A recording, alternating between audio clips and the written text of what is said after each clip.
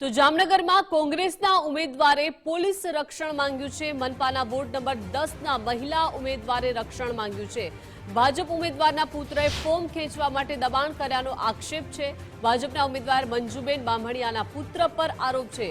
લોભ લાલચના તાબે નહીં થતા ધમકી આપી હોવાના પણ આક્ષેપ કરવામાં આવી રહ્યા છે।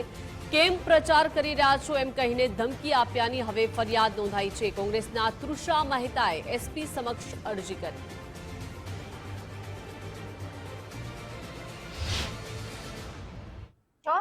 હું વોર્ડ નંબર 10 માં કોંગ્રેસમાં ઉમેદવારી કરેલી છે। હું નાગેશ્વરમાં મારા સંબંધીના ઘરે ગઈ હતી।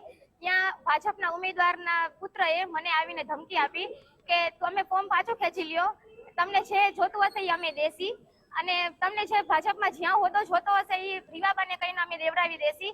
મેં કઈ જવાબ ના દીધો એટલે એને કીધું કે તમે અહીંયા પ્રચારમાં આવશો તો તમને અમે મારશી, એવી ધમકી મરેલી છે।